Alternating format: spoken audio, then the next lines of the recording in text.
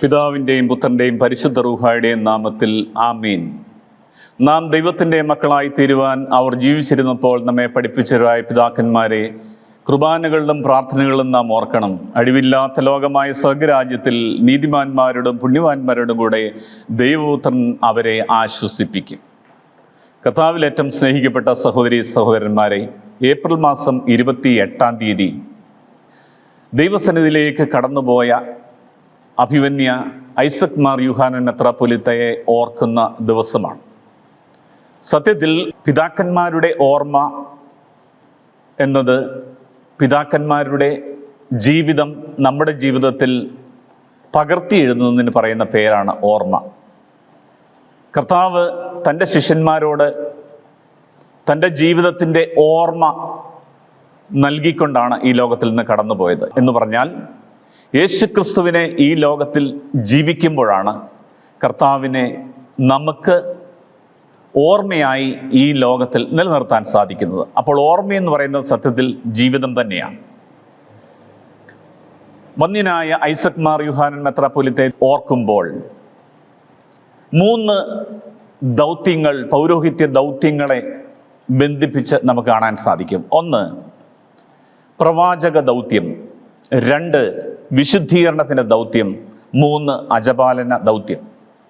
പൗരോഹിത്യത്തിൻ്റെ ഈ 3 ദൗത്യങ്ങളും സമഞ്ജസമായി സമ്മേളിപ്പിച്ച് ഇടയ ശുശ്രൂഷ നടത്തി ദൈവസന്നിധിയിലേക്ക് കടന്നുപോയ പ്രിയപ്പെട്ട വ്യക്തിത്വമായിരുന്നു അഭിമന്യ ഐസക് മാർ യൂഹാനൻ മെത്രാപ്പൊലീത്തയുടെ. അതിലൊന്നാമതായി പ്രവാചക ദൗത്യം കൃത്യമായി ദൈവം ഉദ്ദേശിച്ച രീതിയിൽ ഈ ലോകത്തിൽ പകർത്തി എഴുതി കടന്നുപോയ വ്യക്തിത്വം. ഒരു ഉദാഹരണം നമുക്ക് കണ്ടുപിടിക്കാൻ സാധിക്കും. 1983 വന്യനായ പിതാവ് എഴുതിയ സർക്കുലർ. അതിൽ പ്രധാനപ്പെട്ട കാര്യങ്ങളായിട്ട് പറഞ്ഞിരിക്കുന്നത് പരിവർത്തനത്തെ പറ്റിയാണ്. ഒരു പ്രവാചകൻ്റെ തീഷ്ണതയോടും ചിന്തയോടും കൂടി തൻ്റെ ജനത്തിന് കൊടുക്കുന്ന അജപാലന എഴുത്തുകളാണത്. 1, വളരെ വേഗത്തിൽ പരിവർത്തന വിധേയമായിക്കൊണ്ടിരിക്കുന്ന ഒരു സമൂഹത്തിലാണ് നാം ജീവിക്കുന്നത്. മനുഷ്യനുമായി ബന്ധപ്പെട്ട എല്ലാ മേഖലകളിലും മാറ്റം സംഭവിച്ചുകൊണ്ടിരിക്കുന്നു. വന്യപിതാവ് 1983 തൻ്റെ അജപാലന ശുശ്രൂഷയിൽ എഴുതുന്ന സർക്കുലർ. സുഖസൗകര്യങ്ങളും സാമൂഹ്യ സമ്പർക്ക മാധ്യമങ്ങളും വർദ്ധിച്ചെങ്കിലും മനുഷ്യൻ്റെ ഹൃദയങ്ങൾ തമ്മിലുള്ള അകൽച്ച നാൾതോറും വർദ്ധിക്കുകയാണ്. സമൂഹ മധ്യത്തിൽ ജീവിക്കുന്നവരാണെങ്കിലും ഏകാന്തത നമ്മെ വല്ലാണ്ട് അലട്ടുന്നു. സമ്പത്തിൻ്റെ നടുവിലും അസ്വസ്ഥതയും അസംതൃപ്തിയും രൂക്ഷമായി അനുഭവപ്പെടുന്നു. ഉള്ളവനും ഇല്ലാത്തവനും തമ്മിലുള്ള അന്തരം നാൾക്ക് നാൾ വർദ്ധിക്കുന്നു. സാമൂഹികവും മാനസികവുമായ അടിമത്തത്തിൻ്റെ വേലിക്കെട്ടുകൾ നാൾക്ക് നാൾ വർദ്ധിച്ചുകൊണ്ടിരിക്കുന്നു. ലോകത്തോടുള്ള ആസക്തി അനുദിനം പന്തലിക്കുന്നു. അനുഷ്ഠാനവും ജീവിതവും തമ്മിൽ പൊരുത്തക്കേടുകൾ വർദ്ധിക്കുന്നു. പരിപാവനമായി കരുതിയിരുന്ന കുടുംബത്തിൻ്റെ കണ്ണികൾ പൊട്ടുന്നു. വൈവാഹിക ബന്ധത്തിൻ്റെ പവിത്രതയ്ക്ക് മങ്ങലേറ്റുകൊണ്ടേയിരിക്കുന്നു. പ്രിയമുള്ളവരെ, ഈ ഇടയലേഖനം നാം വായിക്കുമ്പോൾ വന്യപിതാവിൻ്റെ പ്രവാചക ദർശനങ്ങൾ എത്ര ശക്തമായിരുന്നു എന്ന് നമുക്ക് മനസ്സിലാക്കും. 1983 എഴുതുന്ന ഈ ഒരു കത്ത്, തൻ്റെ വിശ്വാസികൾക്ക് കൊടുക്കുന്ന ഈ കത്ത് ഇന്ന് വളരെ പ്രസക്തമായിട്ട് നമുക്ക് അനുഭവപ്പെടുന്നുണ്ടെങ്കിൽ പിതാവിൻ്റെ പ്രവാചക ശൈലിയുടെയും പ്രവാചകൻ്റെ കണ്ണിലൂടെ തൻ്റെ സമൂഹത്തെ കാണുന്നതിലും വിജയിച്ച ഒരു പുരോഹിത ശ്രേഷ്ഠനെയാണ്, ഇടയ ശ്രേഷ്ഠനെയാണ് വന്യ ഐസക് മാർ യൂഹാനൻ തിരുമേനിയോട് നമുക്ക് കാണാൻ സാധിക്കുന്നത്. രണ്ടാമതായി പൗരോഹിത്യത്തിൻ്റെ പ്രധാനപ്പെട്ട ധർമ്മമായി പറയുന്നത് വിശുദ്ധീകരണത്തിൻ്റെ ധർമ്മമാണ്. ഈ വിശുദ്ധീകരണത്തിൻ്റെ ധർമ്മം വന്യപിതാവിലൂടെ നടത്തപ്പെട്ടത് തൻ്റെ സ്വന്തം ജീവിതത്തിലൂടെ കാണിച്ചു കൊടുത്തുകൊണ്ടാണ്. വിശുദ്ധീകരണം അനേക സഹനങ്ങളിലൂടെ വന്യപിതാവ് കടന്നുപോയി. ശാരീരികമായിട്ടുള്ള സഹനം, സാമ്പത്തികമായിട്ടുള്ള ബുദ്ധിമുട്ടുകൾ, ഇവയിലൂടെയൊക്കെ കടന്നു പോകുമ്പോഴും സ്വയം സഹനം മറ്റുള്ളവരുടെ നന്മയ്ക്ക് വേണ്ടി സമർപ്പിച്ച് കടന്നു പോകുന്ന ഒരു വ്യക്തിത്വത്തെ കാണാൻ സാധിക്കുന്നു. രോഗമുള്ള അവസ്ഥയിലും അദ്ദേഹം ബലിയർപ്പണം തുടർന്നുകൊണ്ടേയിരുന്നു. രോഗബാധിതനായിരുന്നപ്പോഴും അദ്ദേഹത്തിൻ്റെ അജപാലന ശുശ്രൂഷകൾ കൃത്യമായി നിർവഹിച്ചുകൊണ്ടിരുന്നു. തൻ്റെ അടുക്കൽ വേദനയോടെ വരുന്ന വ്യക്തികളോട് മുട്ടിന്മേൽ നിന്ന് കണ്ണുനീരോടുകൂടി പ്രാർത്ഥിക്കുവാൻ തൻ്റെ വേദനയ്ക്കുള്ളിൽ നിന്നുകൊണ്ട് തന്നെ അവരെ പഠിപ്പിച്ചു.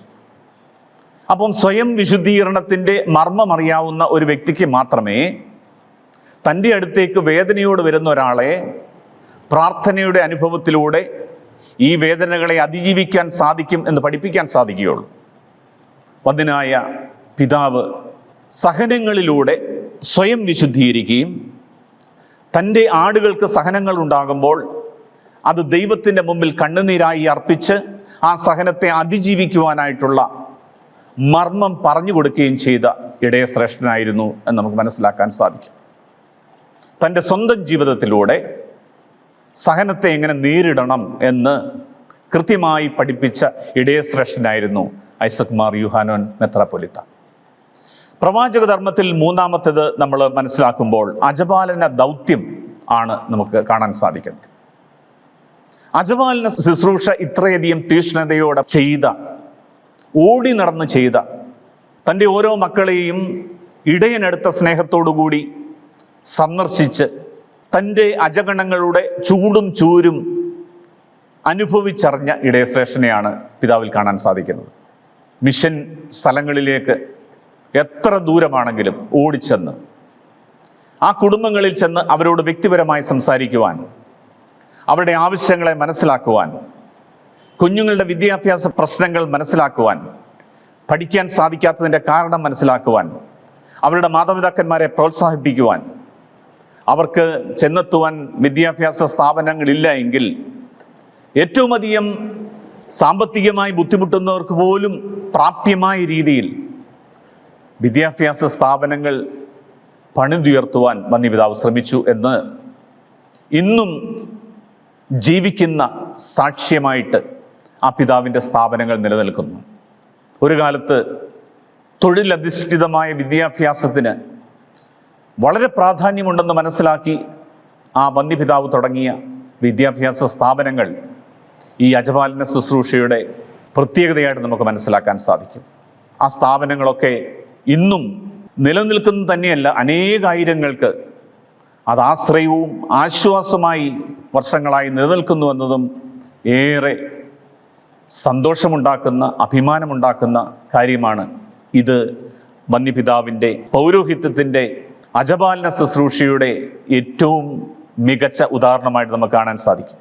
വന്യപിതാവിൻ്റെ ശൈലി വളരെ ലളിതമായിരുന്നു. എവിടെ ചെന്നാലും ഉള്ള സാഹചര്യത്തിൽ അവിടെ കഴിയുവാൻ ഒരു പായും ഒരു തലവണയുണ്ടെങ്കിൽ ദേവാലയത്തിനുള്ളിലാണെങ്കിലും കിടന്നുറങ്ങുവാൻ ആ പിതാവിന് ഒരു മടിയും ഉണ്ടായിരുന്നില്ല.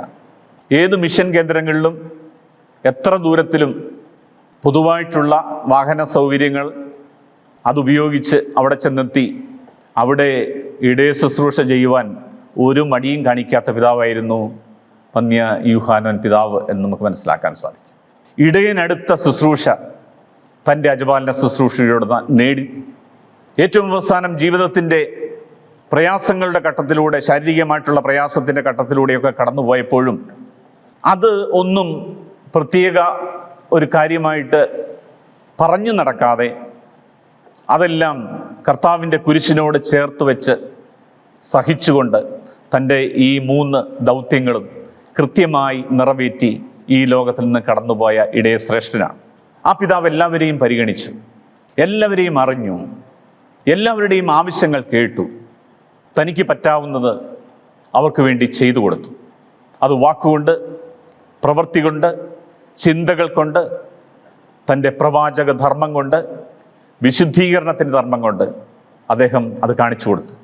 ഇന്ന് നാം അവൻ്റെ പിതാവിനെ ഓർക്കുമ്പോൾ ഈ ശൈലി, ദൈവത്തിൻ്റെ വിശ്വാസത്തിൽ ഉള്ള അടിയുറച്ച ജീവിത ശൈലി, മറ്റൊന്നിലും ആശ്രയിക്കാതെ ദൈവവിശ്വാസത്തിൽ മാത്രം, ദൈവത്തിൽ മാത്രം അടിയുറച്ച് തൻ്റെ പൗരോഹിത്യ ശുശ്രൂഷ കൊണ്ടുപോയ ഒരു പിതാവിനെയാണ് നമുക്ക് കാണാൻ സാധിക്കുന്നത്. ആ പിതാവിൻ്റെ മുമ്പിൽ നമ്മെ തന്നെ നമുക്ക് സമർപ്പിക്കാം.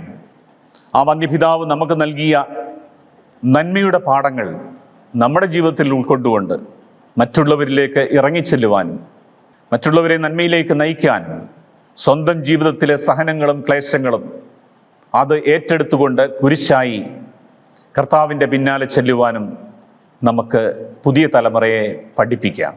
ഈ ഏപ്രിൽ 28 അതിനുള്ള ദിവസമാക്കി നമുക്ക് മാറ്റിയെടുക്കാം. ദൈവം നമ്മെ ഓരോരുത്തരെയും അനുഗ്രഹിക്കട്ടെ. പിതാവിൻ്റെയും പുത്രൻ്റെയും ജീവനുള്ള പരിശുദ്ധ റൂഹായുടെയും നാമത്തിൽ ആമേൻ.